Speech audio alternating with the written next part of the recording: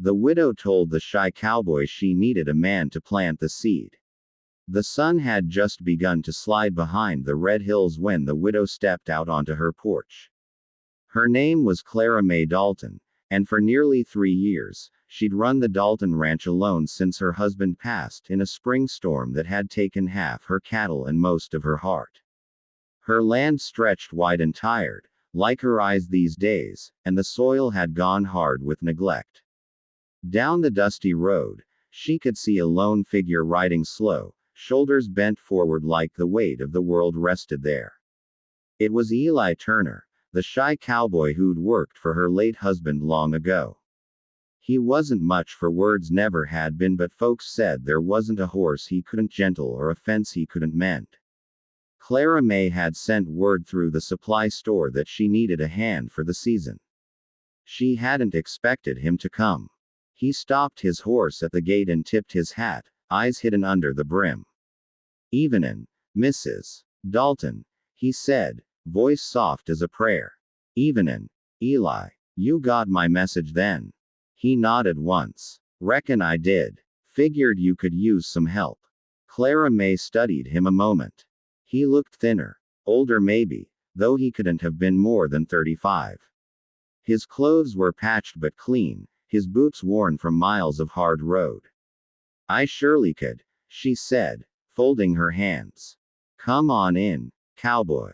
Supper's on." He followed her up the steps, moving careful as if afraid to disturb the boards beneath him. Inside, the small kitchen smelled of biscuits and beans, the kind of food made by habit rather than hunger. They sat across from each other in the fading light. Clara Mae poured him coffee, and he took it with a quiet thank you. For a while they didn't talk. The only sounds were the creak of the house and the tick of the old clock on the wall. Then, Clara Mae set her cup down and looked him square in the eye. "Eli," she said slowly, "I need a man to plant the seed." The words hung in the air between them, thick and heavy as the dust outside. Eli's hand froze halfway to his mouth. His face turned red beneath the stubble. "Ma'am," he stammered, "I beg your pardon." Clara Mae's lips twitched, half amused, half weary. "Don't look so spooked. I mean the fields, Eli. The lower pastures near gone to scrub, and if I don't get a crop in before the rains, I'll lose what's left of the place." Eli exhaled slow, relief and embarrassment washing over him all at once. "Yes, ma'am. Course. The fields." He cleared his throat. "I can do that." Clara Mae smiled faintly. "I knew you could." The next morning, Eli was up before dawn, hitching the old plow horse and turning soil that hadn't felt an iron blade in years. The land fought him at first hard, stubborn clay mixed with memories, but he worked patient, steady. Clara Mae watched from the porch, her heart stirring with something she hadn't felt since her husband's passing. Hope, maybe, or the ache of company long missed.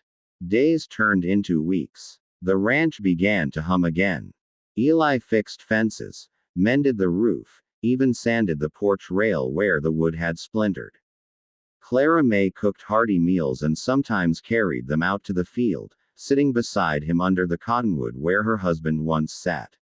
They talked in slow stretches, the kind of talk that fills silences rather than breaks them. One evening, when the air was soft and the first shoots of green showed through the furrows, Clara Mae brought out a jug of lemonade. Eli wiped his brow and sat beside her. "You've done good work," she said. He shrugged, eyes down. "Just doin' what needs doin'." She watched him for a moment. "You always been that modest." He smiled faintly. "Guess I just never figured hard work was worth talkin' about." Clara Mae leaned back, gazing over the land. "My husband used to say the same thing. But it's worth somethin', Eli. This ranch she's breathin' again. You done that." He didn't answer right away. The wind picked up a bit, brushing through the grass like a whisper. Finally, he said, "You brought it back, Mrs.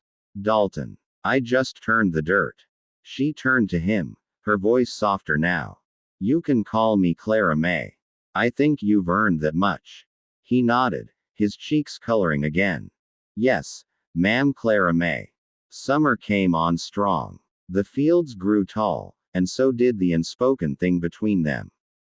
It was in the way she brought him pie on Sundays, the way his eyes lingered on her when he thought she wasn't looking. Neither dared name it, but both felt it deep. Then came the night the storm rolled in.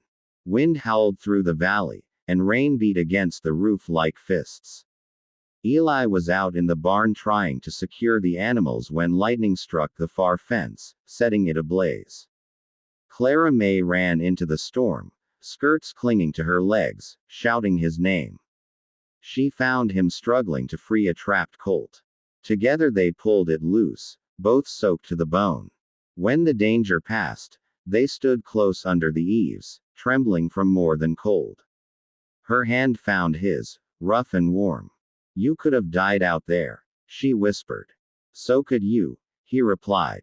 They stared at each other, thunder fading into distance. Something broke loose then, 3 years of loneliness, of words unsaid, and he kissed her, gentle at first, then sure. The world seemed to still around them. When the rains ended, the fields shone with promise. Crops sprouted thick and green, and the air smelled of life returning. Clara May and Eli worked side by side every day, laughter coming easier now. By harvest, the ranch was thriving. One afternoon, as they loaded the last of the sacks onto the wagon, Clara May leaned on the rail and looked at him. Eli, she said, you remember that day I told you I needed a man to plant the seed? He nodded, smiling shyly. Hard to forget, ma'am. Well, she said, brushing dust from her skirt, you did that. And not just in the ground. Eli looked at her, then really looked, and saw what she meant. The loneliness in both of them had given way to something rooted, growing steady and sure. Months later, when the first snow came, they stood together on that same porch where it all began. The land lay sleeping beneath its white blanket, the barn lights glowing soft in the distance. Clara May took his arm, leaning close. Looks like we made it through another season, she said. Eli smiled, his voice low and warm. Reckon we'll plant again come spring. And she nodded, eyes shining. Yes, we will. The shy cowboy had come to help a widow plant her fields. But in the end, they'd both learned that the most enduring seeds are the ones sown in the heart.